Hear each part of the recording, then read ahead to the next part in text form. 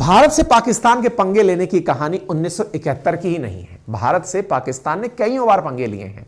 देश की आजादी के समय 1947 का युद्ध रहा हो, 65 का युद्ध रहा हो, 71 का रहा हो, 99 का कारगिल वॉर रहा हो, लेकिन इनमें से 1971 का युद्ध बेहद खास है। खास क्यों है? क्योंकि 1971 के युद्ध में जो पटकथा लिखी गई थी वो थोड़ी पुरातन काल से जुड़ी हुई थी। कैसे जुड़ी हुई थी? जब भारत आजाद हुआ था ना 1947 के अंदर, तो हमसे तेज करते करते पाकिस्तानियों ने एक रात पहले ही पाकिस्तान आजाद करा लिया। लेकिन पाकिस्तानियों से चूक क्या हुई कि इन्होंने पाकिस्तान को कुछ अटपटे ढंग से बनाया था। अटपटे ढंग से कैसे बनाया था? भारत के पूर्व की तरफ एक हिस्सा था जो कि पूर्वी पाकिस्तान कहलाया, और भारत के पश्चिम की तरफ एक हिस्सा था जिसे पश्चिमी पाकिस्तान नाम दिया गया। पूर्व और पश्चिम पाकिस्तान ये कंप्लीट पाकिस्तान था। आप विचार कीजिए कि कोई देश इस तरह कैसे हो सकता है कि बीच में कोई और देश है, उनका एक हिस्सा इधर और एक हिस्सा इधर है, फर्क पाकिस्तानी है, कुछ भी कर सकते हैं। तो इन्होंने 1947 में इस प्रकार का एक देश बनाया था। इस देश के बनाते ही दिक्कतों का सामना होना स्वाभाविक था कि इन्हें यहां से यहां जाने के लिए बीच में से कोई रास्ता नहीं दिया गया था। इन्हें जाने के लिए नीचे से इंडियन ओशियन से होते हुए, बंगाल की खाड़ी से होते हुए ही यहां पहुंचना होता था। यानी इनकी यहां पर कनेक्टिविटी अपने आप में बड़ी पुअर थी। अब इंटरेस्टिंग वाकया सुनिए। इस तरफ के जो मुसलमान थे, क्योंकि मुस्लिम कंट्री था, धर्म के आधार पर बना था, जिस देश का खुद का धर्म इस्लाम था, तो इस्लाम के आधार पर बना हुआ देश था। इस तरफ के मुसलमान अपने आप को समृद्ध पाते थे, समृद्ध थे भी, क्योंकि ये पंजाब का हिस्सा, जो नदियों, 5 नदियों, सिंधु नदी का जो क्षेत्र है वो पाकिस्तान के पास ही है। ऐसी स्थिति में इनके पास में संसाधन परिपूर्ण है, यानी कि इनके पास प्राकृतिक संसाधन भी बढ़िया हैं, और यहां के लोगों में इनकी तुलना में श्रेष्ठता का भाव पाया जाता है। ये मानते हैं कि ये लोग मुसलमान तो हैं लेकिन हमारे जैसे मुसलमान नहीं हैं। अब इनमें कैसे वाले मुसलमान हैं ये तो इनको ही पता होगा। बंगाल के मुसलमानों को ये हे दृष्टि से देखते हैं। क्यों? क्योंकि बंगाल के मुस्लिम बांग्ला भाषा बोलते हैं, और बांग्ला भाषा बोलने के चक्कर में इस जगह को पहले भी बांग्लादेश के नाम से ही शॉर्ट नेम में पुकारा जाता था। अच्छा, अब इंटरेस्टिंग फैक्ट क्या था? फैक्ट यह था कि इन दोनों की आपसी लड़ाई 1947 से 70 के बीच में काफी ज्यादा होने लगी थी। कैसे होने लगी थी? इनके यहां पर जो पार्टी चुनाव लड़ती थी और यहां पर जो पार्टी चुनाव लड़ती थी, दोनों से मिलकर के ही संसद चलती थी। संसद इस्लामाबाद में चलनी है। संसद के अंदर जो सांसद चुन के आएंगे वो या तो इस वाले क्षेत्र से, पूर्वी पाकिस्तान से होंगे या पश्चिमी पाकिस्तान से होंगे।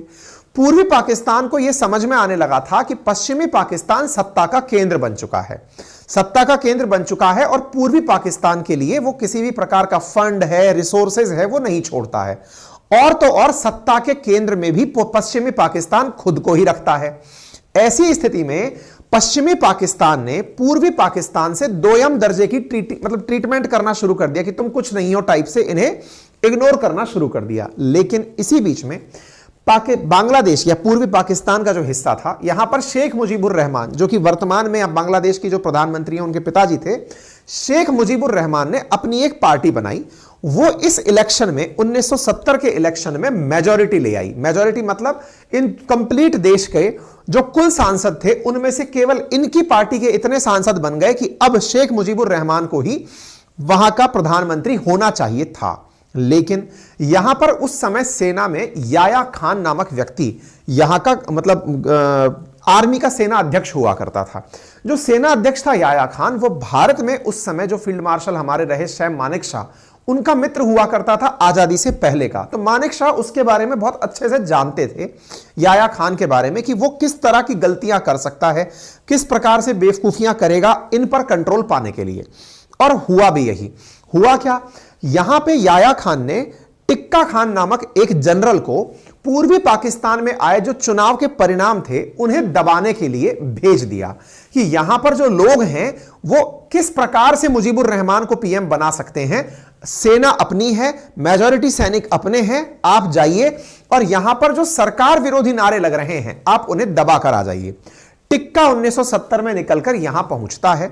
70 से 71 के बीच में टिक्का पूर्वी बांग्लादेश के या पूर्वी पाकिस्तान में, या बांग्लादेश जिसे आज आप कहते हैं, यहां पर उन लोगों पर जो अपनी सरकार बनाना चाहते थे पूरे पाकिस्तान पर, उन्हें धमकाना शुरू करता है और जो खिलाफ थे उन्हें मारना शुरू कर देता है। मारते मारते यहां पर बेहद नरसंहार होता है। 70 से 71 के बीच में बड़ी संख्या में इस क्षेत्र से बांग्लादेशी भागकर भारत में प्रवेश करते हैं। भारत में प्रवेश करने का उनका असल उद्देश्य यह था क्योंकि यहां पर जबरदस्त नरसंहार यहां की सेना कर रही थी। नरसंहार से बचते हुए बड़ी संख्या में बांग्लादेशी भारत में एंट्री कर रहे थे। भारत खुद भी 1965 में पाकिस्तान से लड़ के चुका था। हमारी भी सामरिक स्थिति, हमारे पास भी खाद्यान्न इतना नहीं था कि हमारे देश में शरणार्थियों को भी अतिरिक्त जगह दी जाए। भारत पहले ही जनसंख्या से पीड़ित था क्योंकि हमने 1965 के युद्ध के बाद ही तो निर्णय लिया था कि हरित क्रांति से पहले भूख से लड़ा जाए। अंतरराष्ट्रीय स्तर पर तो दुनिया के लोग ये मानते ही थे कि एक दिन ये लोग मर के वैसे ही लड़के वैसे ही खत्म हो जाएंगे। भारत में अब नई समस्या ये आ गई कि यहां से बांग्लादेशी और एंट्री करने लगे। इस बीच से परेशान होकर के भारत की प्रधानमंत्री जो इंदिरा गांधी जी तत्कालीन प्रधानमंत्री थी, उन्होंने सितंबर 1970 में यात्रा करी रूस की, सोवियत रूस की, और उनसे जाकर के फ्रेंडशिप ट्रीटी करी। फ्रेंडशिप ट्रीटी इस बात की करी कि सर देखिए, पश्चिमी पाकिस्तान वाले पूर्वी पाकिस्तानियों के साथ बहुत बर्बरता कर रहे हैं। परिणाम यह है कि शरणार्थी हमारे यहां आए हुए हैं। मुझे भविष्य में नजर आता है कि एक दिन यहां बहुत जबरदस्त संघर्ष होगा, उसका इंपैक्ट भारत पर पड़ेगा और पश्चिमी पाकिस्तान को अमेरिका का समर्थन प्राप्त है। अमेरिका इस क्षेत्र में इन्हें अपनी तरफ से सारी तरह की सहायता देता है। इसलिए आपसे मैं गुजारिश करती हूं कि अगर कभी ऐसी स्थिति बनती है तो भारत और सोवियत रूस एक साथ रहेंगे। उधर से सोवियत रूस ने हमें अपनी तरफ से सिक्योरिटी दे दी कि चिंता मत करो, गो अहेड है मेरी तरफ से, बढ़िया से लड़ो, कोई दिक्कत नहीं है। सितंबर में इनसे मिलने के बाद अगले महीने से next month Indira Gandhi ji America पहुंचती हैं। निक्सन उस समय प्रधानमंत्री अमेरिका के राष्ट्रपति हुआ करते हैं और किसिंगर उनके स्टेट सेक्रेटरी हुआ करते हैं। जब निक्सन को यह बात पता चलती है कि इंदिरा गांधी जी सोवियत रूस से मिलकर के हमसे मिलने आई हैं, तो इंदिरा गांधी जी वहां जाकर यह कहती हैं कि देखिए, इन्होंने इन पर बहुत जबरदस्त तरीके से प्रहार किया है। बांग्लादेशियों की समस्या से हम परेशान हैं। आप अपने इस मित्र को समझाइए कि इस तरह से अपने ही लोगों पर यातना ना दे। इस बात पर रिचर्ड निक्सन ने इंदिरा गांधी जी को बहुत ही रूखा जवाब दिया। हालांकि कुछ ऐसे वाक्यांश भी हैं जो कि इस समय बहुत ही ज्यादा सोशल मीडिया पर उपलब्ध हैं। कहते हैं कि निक्सन ने इंदिरा गांधी जी को मिलने के लिए 40 मिनट इंतजार किया था और एक ऐसा भी उनका वाक्यांश बाहर निकलकर बाद में आया जिसमें वो इंदिरा गांधी जी को अपशब्द कहते हुए दिखाई दिए। हालांकि सामने नहीं, पीछे से उनके बैक बिचिंग करते हुए दिखाई दिए थे। इससे निक्सन के प्रति इंदिरा गांधी जी के मन में बड़ी खिन्नता थी कि यह व्यक्ति ना तो महिलाओं का सम्मान करता है और इंडियंस को यह व्यक्ति कायर मानता है। इंडियंस को लेकर के निक्सन के दिमाग में यह पिक्चर थी कि ये लोग डरपोक होते हैं, यहां ये दो लोग आपस में लड़ रहे हैं और ये अपनी ही टेंशन लेकर घूम रहे हैं। निक्सन की भारत के प्रति यह धारणा थी। निक्सन ने कहा कि आप लोग तो ऐसे कह रहे हैं जैसे रूस ये कहे कि फिनलैंड ने उस पर हमला कर दिया। आप लोग बड़े लोग हैं, आप पर ये लोग कैसे हमला कर देंगे? बोले साहब, पुराना इतिहास रहा है, आपकी मदद से इन्हें जो पैसा मिलता है, और ये बात सत्य है, अमेरिका इन्हें मिलियंस ऑफ डॉलर की मदद देता था। आप डेटा देखें तो आपको अंदाजा लग जाएगा कि अमेरिका इन्हें खूब सारी अपनी तरफ से मदद भेजा करता था पाकिस्तानियों को। इंदिरा गांधी जी ने कहा कि साहब इन्हें समझाइए, लेकिन साहब निक्सन ने कोई सकारात्मक जवाब नहीं दिया। वो केवल पाकिस्तान के ही राग में बिजी था। कोई बात नहीं साहब। इंदिरा गांधी जी वहां से आती हैं बड़ी ही गुस्से में कि तुमको तो बेटा मजा चखाएंगे, बताएंगे कि हम कैसे आयरन लेडी कहलाएंगी। अब उन्होंने आकर के यहां पर सैम मानेकशॉ से कहा कि हमें मौके का इंतजार है। पाकिस्तान के लोग ही जब एक दूसरे को मार काट रहे हैं, चूंकि सेना इनकी है, इन्हें मार रही है, तो एक काम करिए, इनडायरेक्टली पूर्वी पाकिस्तान के लोगों को सैनिक ट्रेनिंग देना शुरू करिए, क्योंकि सेना में जो लोग नहीं हैं लेकिन खुद का डिफेंस तो करेंगे। ऐसी स्थिति में बांग्लादेश के अंदर जो लोग थे उन्होंने अपनी सेना बनाई जिसका नाम बना मुक्ति वाहिनी। मुक्ति वाहिनी असल में लोकल्स की अपनी सेना थी जो पाकिस्तानी सेना से लड़ रही थी, लेकिन उसको वेल ट्रेन किया गया था इंडियन सेना के द्वारा। ठीक है, तो मुक्ति वाहिनी यहां पर जब अपनी तरफ से पाकिस्तानी सेना से लोहा लेने लगी तो फिर पाकिस्तान को लगा कि ये तो हमारे ही लोगों को हमसे लड़ा दिए। ऐसी स्थिति में पाकिस्तान ने भारत के साथ गुस्ताखी करते हुए ऑपरेशन चंगेज खान ऑन कर दिया। ऑपरेशन चंगेज खान क्या था? पाकिस्तान ने अपनी एयरफोर्स को भारत के जो एयरफील्ड्स थे, यहां तक कि आगरा तक का जो हमारा एयरपोर्ट था, जो सेना का एयरपोर्ट था एयरफोर्स का, उस तक पर गोले गिराए गए। और आगरा लगभग यहां पड़ रहा है, तो इससे इस तरफ के जितने भी एयरपोर्ट थे, जोधपुर एयरबेस था, श्रीनगर एयरबेस, जहां जहां एयरबेस थे हमारे, उन सब पर गोलीबारी करके उसने भारत पर अटैक बोल दिया। दिसंबर का महीना था, भारत ने इस बात को समेटने में देरी नहीं करी और तब से भारत इस युद्ध में एंट्री कर गया। इसी युद्ध के परिणाम स्वरूप, जब भारत इस युद्ध में एंट्री किया, उसके परिणाम स्वरूप ही पूर्वी बांग्लादेश के सामने ही, क्योंकि भारत ने पूर्वी बांग्लादेश को सपोर्ट किया, पश्चिमी पाकिस्तान की सेना ने भारत की सेना के सामने सरेंडर कर दिया था। लेकिन इस बीच में क्या केवल यह एयरफोर्स की लड़ाई थी? क्या यह केवल थल सेना की लड़ाई थी, या इसमें नेवी का भी रोल था? आज के सेशन में उस नेवी वाले रोल को हम चर्चा में ला रहे हैं। देखिए, जैसे भारत में मुंबई करके जगह है ना, अपनी मुंबई जो जगह है, ऐसे ही पाकिस्तान में उनकी एक तरह से कमर्शियल सिटी कह सकते हैं, औद्योगिक सिटी कह सकते हैं, कराची है। कराची यहां से नेवल बेस से इनकी मतलब इनकी जो नेवी है वो भारत के अंदर भारतीय सेना को काउंटर करने के लिए, अब इसको थोड़ा सा ऐसे समझिए, ये लोग अपनी प्लानिंग में भारत के एयरबेस को नष्ट कर रहे हैं। एयरबेस को नष्ट क्यों कर रहे हैं? ताकि इनकी तरफ से कोई भी हवाई जहाज उड़कर पाकिस्तान पर हमला करने ना आए। जब एयरबेस ही नष्ट कर दोगे तो उड़ेगा कैसे? तो हमारे पास ऑप्शन क्या था वो समझिए। हम अपना पानी में आईएनएस विक्रांत नामक एक विमान वाहक पोत खड़ा रखते थे। अब ये कौन है आईएनएस विक्रांत? पानी के अंदर हवाई जहाज को उड़ाने के लिए हम पानी में चलता फिरता एक एयरपोर्ट कहिए या एयर स्ट्रिप कहिए, जो पानी में तैनात रखते थे। जनरली वो यहां वाले क्षेत्र में, पश्चिम वाले क्षेत्र में तैनात रहता था, लेकिन उसके कुछ सिस्टम में गड़बड़ चल रही थी उस दौर में। इसलिए भारत ने, क्योंकि देखिए कहा जाता है कि अगर किसी भी विमान वाहक पोत से किसी हवाई जहाज को टेक ऑफ करना है तो विमान वाहक पोत की खुद की गति 20 से 25 नॉटिकल माइल्स प्रति घंटे के हिसाब से होनी चाहिए। लेकिन आईएनएस विक्रांत उन दिनों थोड़ा नासाज था, उसकी स्पीड 12 से 14 नॉटिकल माइल्स पर किलोमीटर पर घंटे के हिसाब से ही चल रही थी। इसलिए हमने उसे पश्चिमी कमांड से उठाकर पूर्वी कमांड की तरफ भेजने का निर्णय लिया था। अच्छा, टेक्निकली हमारा एक तरह से पानी में चलता फिरता वो एयरबेस था, जहां से हम अपने हवाई जहाज को उड़ने के लिए भेज सकते थे। हमारी स्ट्रेटजी में यह था कि कल को अगर इस क्षेत्र पर हमला करने की जरूरत पड़े तो हम आईएनएस विक्रांत से ही अपने फाइटर जेट्स को उड़ाकर यहां पर भेज देंगे। इसका मतलब पाकिस्तान के लिए एक बड़ी चुनौती थी कि हम इनके एयर बेसिस पर तो जाकर गोला गिरा रहे हैं, लेकिन अगर ये लोग आईएनएस विक्रांत से टेक ऑफ करके उड़ने लग गए तो भी ये पाकिस्तान को बड़ी चुनौती देंगे। इसलिए इन्होंने नेवी से कहा, पाकिस्तानी नेवी से कहा कि आप जाइए और इनके आईएनएस विक्रांत को डुबो दीजिए। अब आईएनएस विक्रांत को डुबोने के लिए नेवी जाए कैसे? तो पानी के भीतर डूबकर भी लड़ाकू जहाज चलते हैं, जिन्हें हम पनडुब्बी कहते हैं, अंग्रेजी में जिन्हें सबमरीन कहते हैं। तो इन्होंने अमेरिका से किराए पर ली हुई थी एक पनडुब्बी जिसका नाम था पीएनएस गाजी। पीएनएस गाजी को इन्होंने रवाना किया 14 नवंबर को 1970 में कि आप जाइए और जाकर के भारत के आईएनएस विक्रांत को डुबो के आइए। तो ये लोग शुरुआत में अपनी तरह से पहले सूचना एकत्रित करवाए कि आईएनएस विक्रांत खड़ा कहां है। इनके जासूसों ने इन्हें सूचना दी कि आईएनएस विक्रांत पानी में खड़ा है पश्चिम की तरफ, लेकिन जब ये चलने लगे तो फिर इन्हें फिर सूचना दी गई कि विक्रांत को वहां से हटा दिया गया है, क्योंकि भारत की तरफ से इनके संदेशों को डिकोड किया जा रहा था, पढ़ा जा रहा था, ये आपस में जो बातचीत कर रहे थे।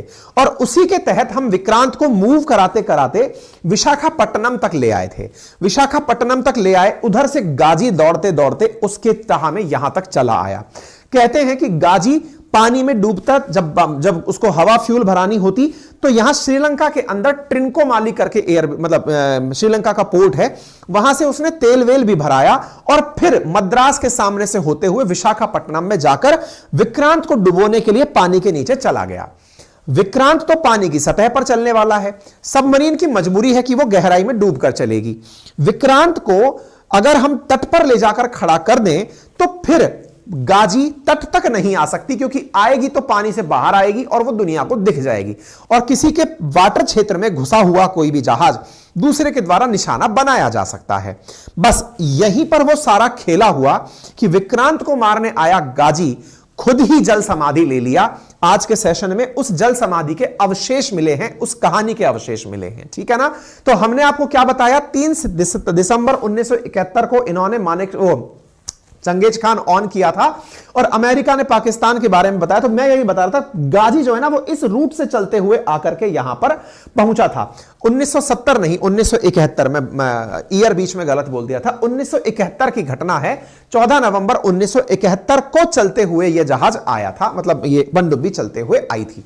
इस बीच में मैंने वो सारा कंटेंट यहां साझा किया है जो मैंने अभी आपको बोला है। रिचर्ड निक्सन से क्या बात हुई थी, किसिंगर की क्या बात हुई थी। आप ये कंटेंट अगर चाहें तो सेशन पूरा होने के बाद टेलीग्राम पर हमारा अकाउंट है अंकित अवस्थी सर के नाम से, आप वहां पर उसे प्राप्त कर सकते हैं। पूरा कंटेंट जो मैंने बोला है, क्या क्या बातचीत हुई थी, वो सारे डॉक्यूमेंटेड चीजें हैं। अच्छा, एक इंटरेस्टिंग चीज और चल रही थी इस 70 से 71 के बीच में। क्या चल रही थी, अमेरिका ने अपने जहाजों से कहा कि आप सब लोग जो जापान की तरफ खड़े हैं, भारत से युद्ध लड़ने के लिए पहुंच जाइए। भारत से युद्ध लड़ने के लिए अरेबियन सी में अमेरिका ने अपने जहाजों को रवाना कर दिया। उधर की तरफ टर्की से कहा, सऊदी अरब से कहा, जॉर्डन से कहा, जहां जहां अमेरिका ने अपने लड़ाकू जहाज खड़े कर रखे थे या पानी के जहाज खड़े कर रखे थे कि वहां से इंडिया पर अटैक करने के लिए भेज दीजिए। लेकिन इसी बीच ने रूस ने मित्रता दिखाई, और मित्रता दिखाते ही रूस ने ईरान को एक लेटर भेजा, मैसेज भेजा कि हमें क्या स्टैंड लेना है। भारत की तरफ से यह जो मैसेज था, या फिर रूस की तरफ से भारत के लिए जो यह मैसेज था, यह अमेरिका को पता चल गया था कि रूस इस युद्ध में भारत के लिए आ रहा है। कहते हैं कि जिस तरफ से अमेरिका के लड़ाकू जहाज, लड़ाकू युद्धपोत आ रहे थे, अपोजिट दिशा से रूस के लड़ाकू जहाज, पानी के युद्धपोत पानी के अंदर आकर खड़े हो गए थे। यही कारण था कि दोनों ने एक दूसरे को बैलेंस किया था, यानी उस समय एक स्ट्रेटेजिक वॉरफेयर चला था, पानी के अंदर चला था, ठीक है साहब। आईएनएस विक्रांत को डुबाने के लिए जो सबमरीन आई थी, वो पानी के भीतर कुछ इस प्रकार से चलने वाली सबमरीन थी, जो कि अमेरिका द्वारा उन्हें गिफ्ट की गई थी कि तुम जाओ और आराम से इससे युद्ध लड़ो। 14 से 22 नवंबर के बीच में पाकिस्तान ने इस यात्रा को अंजाम दिया था, और वो यात्रा करते करते यहां तक पहुंचने के लिए विक्रांत को डुबोने आया था। कहते हैं कि यहां पर जो इसका कैप्टन था, या कहिए कि पीएनएस गाजी को चलाने वाला जो पायलट था, जो लीड करने वाला व्यक्ति था, उसे 8 नवंबर को ही यह मैसेज दिया गया था कि तुम्हें जाकर के आईएनएस विक्रांत को डुबोना है। यह हमारा आईएनएस विक्रांत है, जो कि अपने द्वारा लड़ाकू विमानों को उड़ाने में सक्षम था, ठीक है। इन सब के बारे में जानकारियां निकलती कहां से हैं, तो एक पुस्तक है the story of the Pakistani navy, उसके अंदर यह बताया गया था कि पाकिस्तानी नौसेना ने 14 से 24 नवंबर के बीच अपनी सभी पनडुब्बियों को अपने पहले से तय गश्ती इलाकों की तरफ बढ़ जाने का आदेश दिया था, और गाजी को कहा गया था कि बंगाल की खाड़ी में जाए और भारतीय विमान वाहक पोत विक्रांत को ढूंढकर उसे तबाह करे। केवल गाजी ही इस काम में सक्षम थी कि वह विक्रांत को डुबो सकती थी। तमाम प्रकार से कैपेबल पीएनएस गाजी अपनी क्षमताओं के साथ उस समय की सबसे उन्नत किस्म की पनडुब्बियों में से एक मानी जाती थी। जैसा मैंने आपसे कहा कि विक्रांत के बॉयलर में खराबी थी, इस कारण से विक्रांत को हम ऑलरेडी बहुत धीरे धीरे आगे पीछे करते जा रहे थे। क्या भारत ने खुद ने विमान वाहक पोत बनाया हुआ था? नहीं, भारत के पास यह विमान वाहक पोत ब्रिटेन का हरक्यूलिस था, एचएनएस हरक्यूलिस था, जो कि 1943 के अंदर बनाया गया था, और भारत ने 1957 में इसे ब्रिटेन से खरीदा था। यानी इंटरेस्टिंग बात सोचिए कि अमेरिका, ब्रिटेन, ये सब एक ही हुआ करते थे। युद्ध लड़ाने वाले भी यही हैं और युद्ध लड़ने वाले भी यही हैं। बड़ा ही विचित्र है, और आज भी सब यही चला आ रहा है। विक्रांत से कुछ इस प्रकार से विमानों को उड़ाया जाता था, ठीक है। अच्छा, अब इंटरेस्टिंग बात क्या हुई थी, जिस समय इनकी पीएनएस गाजी चलना शुरू हुई थी, इनके खुफिया लोग पाकिस्तान को मैसेज भेजकर बताते रहे थे कि विक्रांत जो है वो मुंबई पोर्ट पर खड़ा हुआ है। क्यों? क्योंकि हमने पश्चिमी तट पर ही उसे तैनात किया हुआ था कि कल को कभी पाकिस्तानी नेवी हमला करेगी तो वो मुंबई पर करेगी या फिर गुजरात वाले तट पर करेगी। उनके लिए तो एयरपोर्ट, मतलब सी पोर्ट वहीं से नजदीक पड़ता है। लेकिन फिर भी जब हमें यह पता चला कि ये विक्रांत को टारगेट करने आ रहे हैं, हमने उसे अचानक वहां से गायब कर दिया। कई खुफिया जानकारी ऐसे निकल कर आती हैं कि पाकिस्तान की मदद कुछ पश्चिमी देश भी कर रहे थे जो भारत के साथ डबल क्रॉस कर रहे थे। भारत से गुप्त सूचनाएं निकलवाते थे कि बताइए आपका विक्रांत कहां खड़ा है। भारतीय सेना को, नौसेना को जब यह पता चला कि यह पश्चिमी देश पाकिस्तान की सहायता कर रहा है तो भारत ने उसे भी ब्लफ किया और नहीं बताया कि भारत ने आईएनएस विक्रांत को कहां खड़ा कर रखा है। ऐसी स्थिति में आईएनएस विक्रांत बचते बचाते पश्चिम से पूर्वी तट की तरफ आ गया और पश्चिम से पूर्वी तट की तरफ आकर के जब यह पहुंचा, उसी बीच में गाजी को यह इंफॉर्मेशन दी गई कि भारत ने अपने विक्रांत को पूर्वी कमांड में विशाखापट्टनम के पास भेज दिया है। जब विशाखापट्टनम का मैसेज इन्हें मिला तो आईएनएस विक्रांत को टारगेट करते करते गाजी विशाखापट्टनम की तरफ बढ़ गया। 1 दिसंबर की रात गाजी विशाखापट्टनम पहुंच गया। गाजी यानी सबमरीन जो पानी की गहराइयों में है, यह यहां पर पहुंच जाता है। अब आप सोचकर देखिए कि विशाखापट्टनम की तरफ जो गाजी बढ़कर आया है, उसने 23 नवंबर को श्रीलंका के ट्रिनकोमाली पोर्ट से पानी भरवाया है, ऑयल भरवाया है, अपने लिए फ्यूल लिया है और 25 नवंबर को उसने चेन्नई को पार किया है। 1 दिसंबर को रात 11:45 पर विशाखापट्टनम बंदरगाह के नेविगेशन चैनल में दाखिल हो गया है। दुश्मन का कोई भी लड़ाकू जहाज किसी दूसरे देश के पानी में नहीं आ सकता, लेकिन इन्होंने चूंकि अपनी सबमरीन भेजी थी जो कि गुप्त रूप से ही जाने के लिए जानी जाती थी, तो इन्होंने उस गुप्त रूप से भेजी सबमरीन को हमारे वाटर शेयर में भेज दिया था।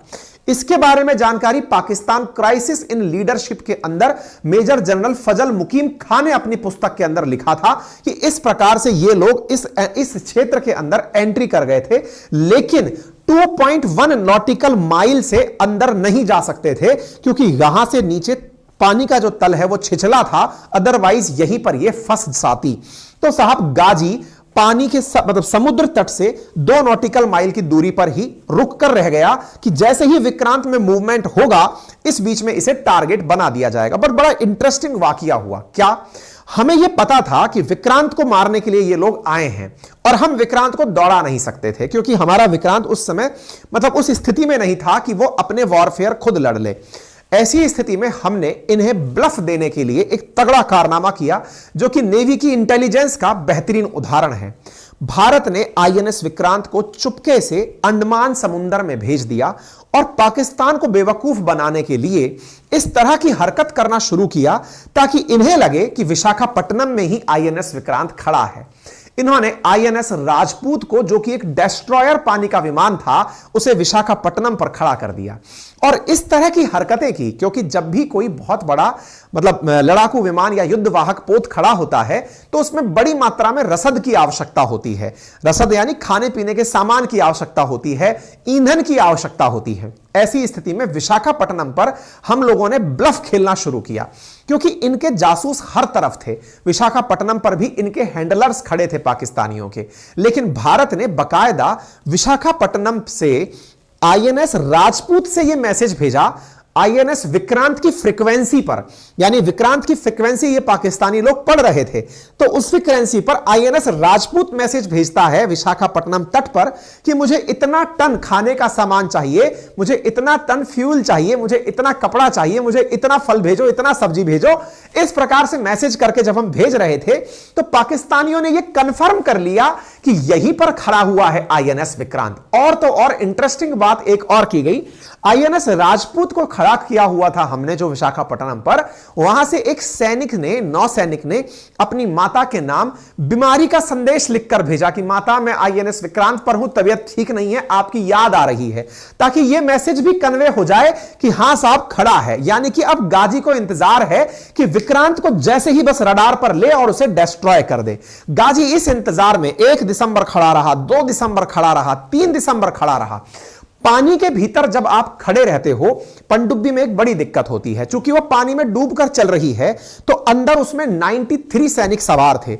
जब किसी बंद कमरे में 93 लोग होंगे तो उनकी नित्य क्रिया के माध्यम से गंदी हवाएं निकलेंगी, कार्बन डाइऑक्साइड निकलेगी, हाइड्रोजन गैस निकलेगी।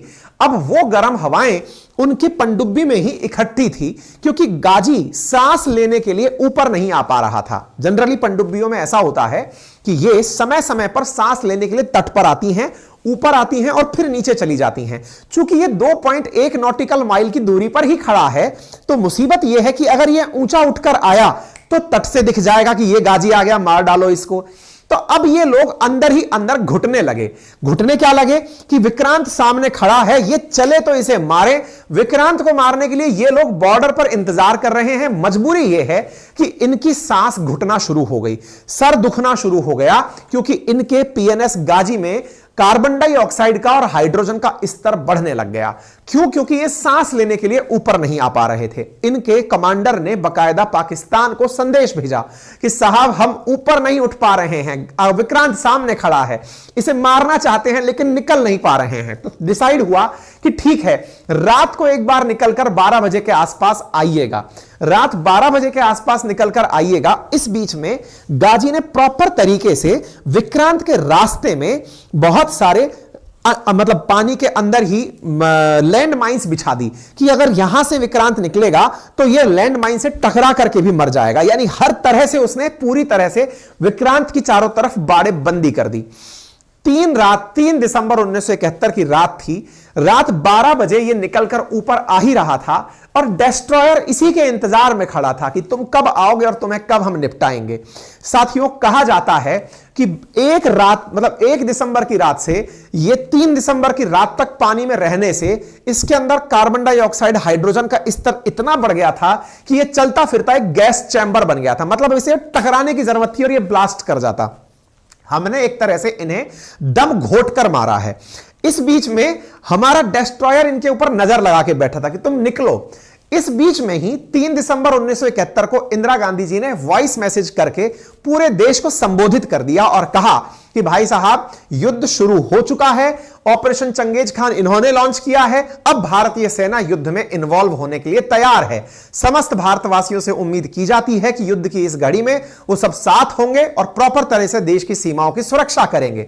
युद्ध चूंकि शुरू हो चुका था, लेकिन इन्हें यह बात नहीं पता थी। गाजी के अंदर बैठे हुए नौसैनिकों को इस बात का अंदाजा ही नहीं था कि अब भारत की सेना भी अटैक कर सकती है। यहां बड़ा इंटरेस्टिंग पॉइंट यह है कि भारत 3 दिसंबर 1971 से पहले खुद ने एक भी गोली भारत ने नहीं चलाई थी। क्यों नहीं चलाई थी? कि भाई अगर हम चलाएंगे तो यह कहा जाएगा कि पाकिस्तान जैसी चींटी को भारत जैसी पैसेरी ने मार दिया है, तो बोले हम नहीं चलाएंगे। ये एक बार चलाए तो छोड़ेंगे नहीं। इसीलिए आप ध्यान से सुनिएगा।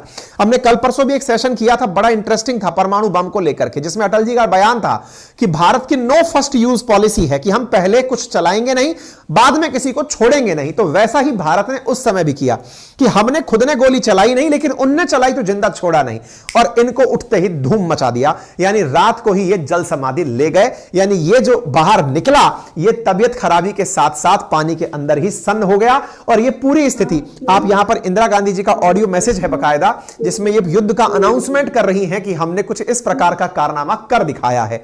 तो उम्मीद है कि भारत ने जिस प्रकार से पाकिस्तानियों को थल सेना से मारा, वैसे ही नौसेना ने इसे मारा। और आईएनएस विक्रांत के द्वारा की गई ये जो जुगलबंदी थी, जिसके माध्यम से हमने इस गाजी को निपटा दिया था, ये अपने आप में एक बहुत बड़ी कहानी बना साथियों। लेकिन इंटरेस्टिंग एक चीज और भी थी, और वो क्या था?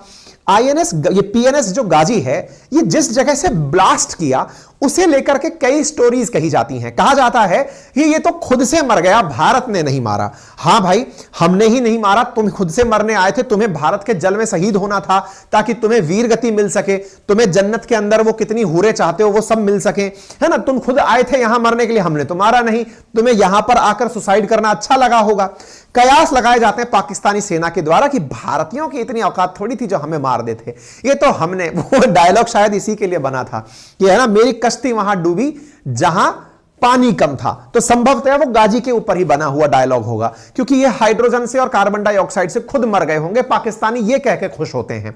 जबकि कुछ लोगों का कहना है कि इनकी टॉर्पीडो खुद ब्लास्ट कर गई होगी। कयास लगाए जाते हैं, क्योंकि भारत ने कभी भी किसी के सामने यह कबूल करना नहीं चाहा कि हमने इन्हें मारा है। क्यों नहीं मारा? क्योंकि भारत हमेशा इस बात से डरता आया कि हम कभी भी यह कह देंगे कि युद्ध हमने शुरू किया तो यूनाइटेड नेशंस में जो भारत की छवि है कि भारत किसी पर आक्रमण नहीं करता वो छवि हमारी काउंटर बैलेंस हो जाएगी। हम आक्रामक देश नहीं बनना चाहते। भारत ने बहुत अच्छे से अपनी छवि को बरकरार रखा, हम किसी पर अटैक नहीं करते। 2500 साल का इतिहास है। जब भारत ने हमने 1994-98 के अंदर परमाणु परीक्षण किया, ऑपरेशन शक्ति, अटल जी का बयान है कि 2500 साल से भारत का इतिहास है कि इसने किसी पर आक्रमण नहीं किया। हम अपनी सुरक्षा के लिए वेपन बनाते हैं, किसी पर अटैक के लिए नहीं। लेकिन निक्सन इसी बात को भारत की कमजोरी माना करते थे। वो कहते थे कि ये डरपोक लोग हैं। भारत ने इसे डुबोने के बाद भी क्रेडिट नहीं लिया कि ठीक है हमने नहीं मारा सर, खुद मर गए होंगे। इसीलिए लोगों का कहना है कि भारत के डेस्ट्रॉयर ने इन्हें मारा होगा।